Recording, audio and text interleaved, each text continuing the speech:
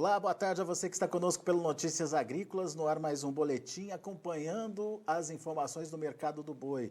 Mercado ainda brigado, principalmente em função da falta de oferta. Os preços não arrefecem, principalmente em São Paulo a gente vê a manutenção aí daquele patamar em torno dos R$ 300 por arroba. A gente vai conversar um pouco agora com o Fernando Henrique Iglesias, analista lá da Safras e Mercado. O Fernando vai nos ajudar nesse entendimento aqui sobre o mercado do boi.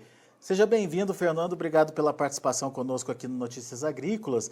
E eu já te começo perguntando do atual momento, né? A gente está aí numa quarta-feira de uma última semana do mês, onde teoricamente o atacado já começaria a se preparar para atender uma demanda de início de mês.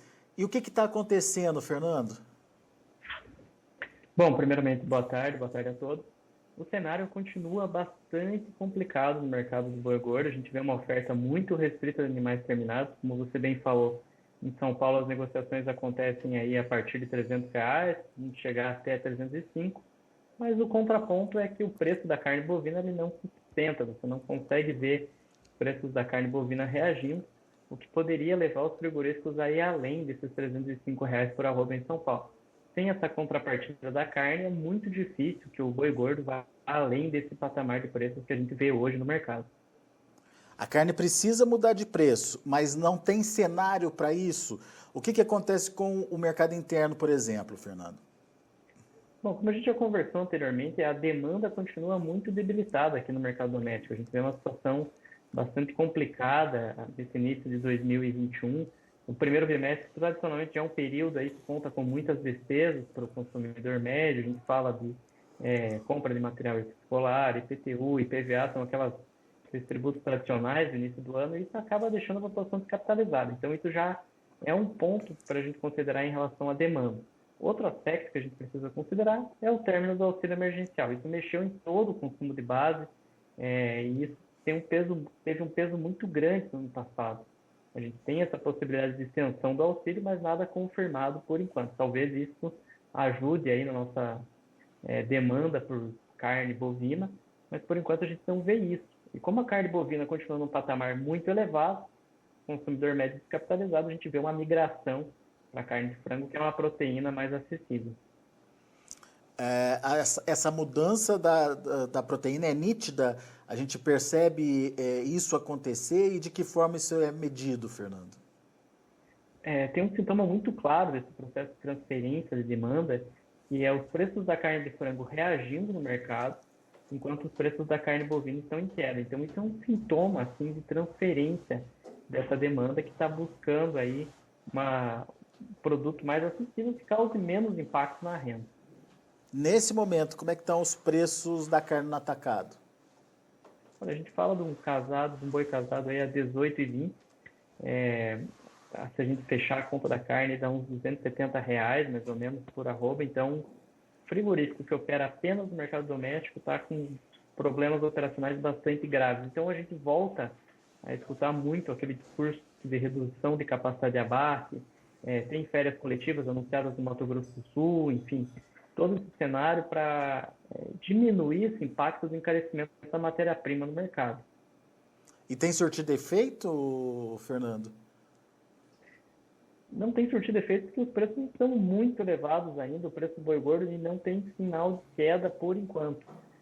A oferta é muito restrita realmente, frigorífico encontrando muita dificuldade para fazer escala, enfim, cenário bastante delicado. A oferta deve melhorar aí só a partir da última semana de março, quando deve entrar uma oferta maior de animais de pasto no mercado. Mas por enquanto a gente não vê nada disso, a gente vê um cenário bastante complicado realmente, uma dificuldade de avançar a escala no Mato Grosso do Sul, Mato Grosso, Goiás, que são estados que tradicionalmente têm uma oferta mais robusta, né, nesse período do ano. Então é um ambiente bem complicado. E você estava me contando antes da gente entrar no ar que o tamanho das escalas é muito curto e que fazia tempo que você não via uma condição, uma situação assim, né, Fernando? Sim, exatamente. Todo esse tempo de carreira eu não tinha observado aí num cenário de escalas tão curto como a gente vê nessas últimas semanas. Então, é um ambiente realmente bastante complicado. É um cenário, assim, é um quadro de restrição de oferta bastante grave aí nesse início de 2021. As escalas estão de que tamanho médio? Olha, tem frigorífico trabalhando aí 2, 3 dias úteis em média, são escalas realmente curtas para a indústria, tá? Então, tem frigorífico, por exemplo, tem cenários assim extremos que o frigorífico precisa comprar hoje para embarcar amanhã para continuar movimentando o abate. Então, é um cenário assim, isso que os frigoríficos não estão operando na capacidade máxima. Muitos deles operando aí a 50%, 60% da capacidade, alguns deles operando a 40%, então é um cenário bem delicado. Você não consegue preencher as escalas e essa regra vale também para os frigoríficos de exportação. Teoricamente, eles podem pagar mais, né? No caso, o boi China, por exemplo, tem sempre um ágio aí em cima do boi comum. Mas isso está acontecendo, Fernando? Adianta pagar mais?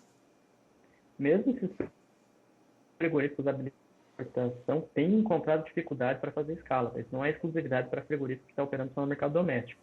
Está faltando boi aí para todo mundo. E como você bem falou, esses animais que cumprem esses requisitos para exportação estão saindo aí em São Paulo a R$ 305, né? São aqueles bois, concentram as melhores negociações, aí são os mais demandados do mercado. Mas daí também não adianta pagar mais porque não vai encontrar boi. Esbarra nesse cenário de uma oferta muito restrita realmente. A gente não vê nessa semana, por exemplo, lotes grandes sendo negociados. A gente não vê, as negociações aí estão girando entre 50 a 100 cabeças. Aí você não vê volumes maiores do que isso sendo negociados em grande parte do país. Então, sintoma realmente que a oferta está bem reduzida aí nesse momento. Agora, a exportação, a gente trabalha com uma expectativa de volta da China.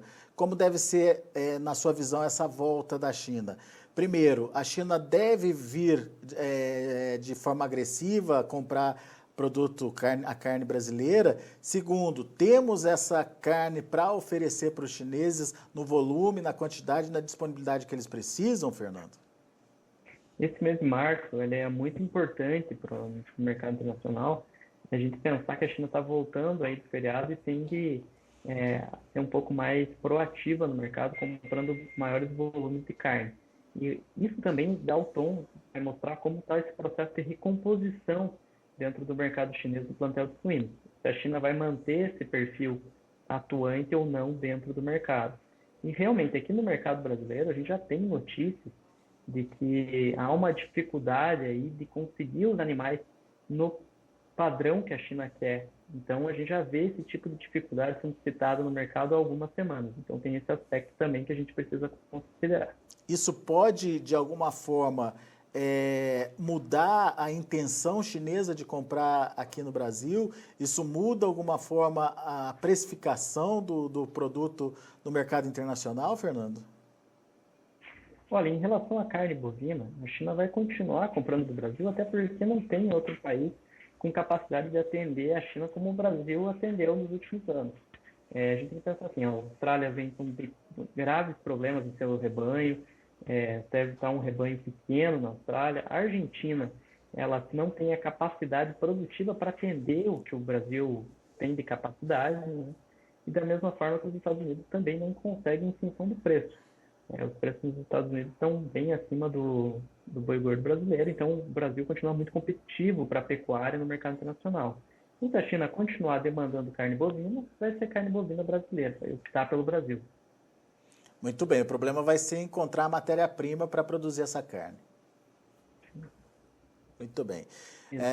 E a sua expectativa é que isso aconteça só na segunda metade do mês de março, Fernando?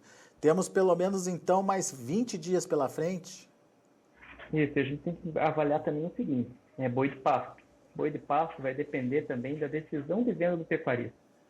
O pecuarista aí que trabalha no regime extensivo, ele tem uma condição melhor de manter o boi ali na pastagem, ele consegue segurar essa oferta por mais tempo. Agora, esse é um aspecto muito importante para a gente considerar. Preços do mercado de reposição bastante acentuados nesse início de ano, tem negócios aí de bezerro acima de R$ 3.000 por cabeça no Brasil inteiro, então é um ponto também que é bem importante. O pecuarista, ele também encontra dificuldades trabalhando esse custo de reposição que é muito acentuado nesse início de ano. Muito bem. Bom, de qualquer forma, para o preço da arroba subir, é preciso que melhore o preço da carne. Mas a carne tem essa limitação, porque no mercado interno já está muito cara para o consumidor, não tem uma demanda que justifique um possível aumento, e no mercado internacional a gente precisa avaliar o comportamento da China e saber de que forma ela vai chegar nesse mercado e se ela vai bancar mesmo, né, Fernando, preços que justifiquem a venda para ela nesse momento de escassez de oferta, né? É exatamente isso. Tem todos esses pormenores do mercado.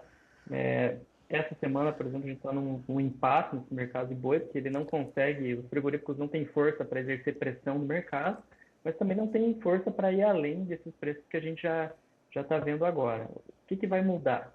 Nos próximos 20 dias tem essa perspectiva de aumento, mesmo que pontual, da oferta, e tem que analisar com cautela como que vai se comportar essa demanda chinesa aí nas próximas semanas. Então, são essas variáveis que a gente tem para observar aí nas próximas semanas, que podem dar o tom desse nosso mercado pecuário. Boa, Fernando. A gente agradece muito a sua participação e a disponibilidade que você tem de estar sempre aqui com a gente, explicando e trazendo mais detalhes sobre essa precificação da arroba no mercado interno, também no mercado externo aqui com a gente. Obrigado por enquanto.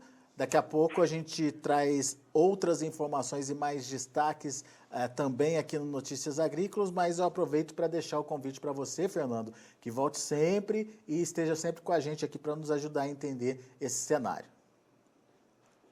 Eu que agradeço. Boa tarde a todos, até a próxima. Valeu, abraço. Tá aí Fernando Henrique Iglesias, Safras e Mercado, aqui com a gente, analisando o mercado do boi. Um mercado ainda truncado, sem demanda, mas que do outro lado tem uma oferta curtíssima e uma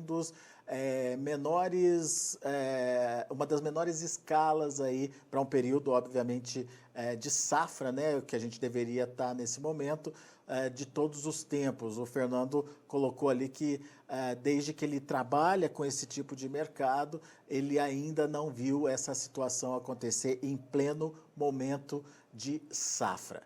Então, tem ainda uma certa estabilidade, uma certa segurança para os preços da arroba nesse patamar dos R$ 300, mas a gente precisa analisar fatores que possam ajudar a dar uma dinâmica diferente aí para esse mercado, que são as demandas, tanto interna quanto externa. Enquanto isso não acontece, enquanto o mercado não muda, a gente acompanha os preços, principalmente as orientações, as indicações do mercado futuro. Vamos lá na B3 acompanhar de perto, então, as movimentações. A gente vê lá na B3 fevereiro cedendo 0,3% a R$ 301,90. Para março, R$ 298,90, queda de 0,47%. Para abril, R$ 294,60, alta de 0,14%. Para maio, R$ 287, uma queda de 0,38%. Indicador CPEA fechou ontem com queda de 0,55% a R$ 300,80. São os números do mercado do boi. A gente fica por aqui. Agradeço muito a sua atenção, a sua audiência.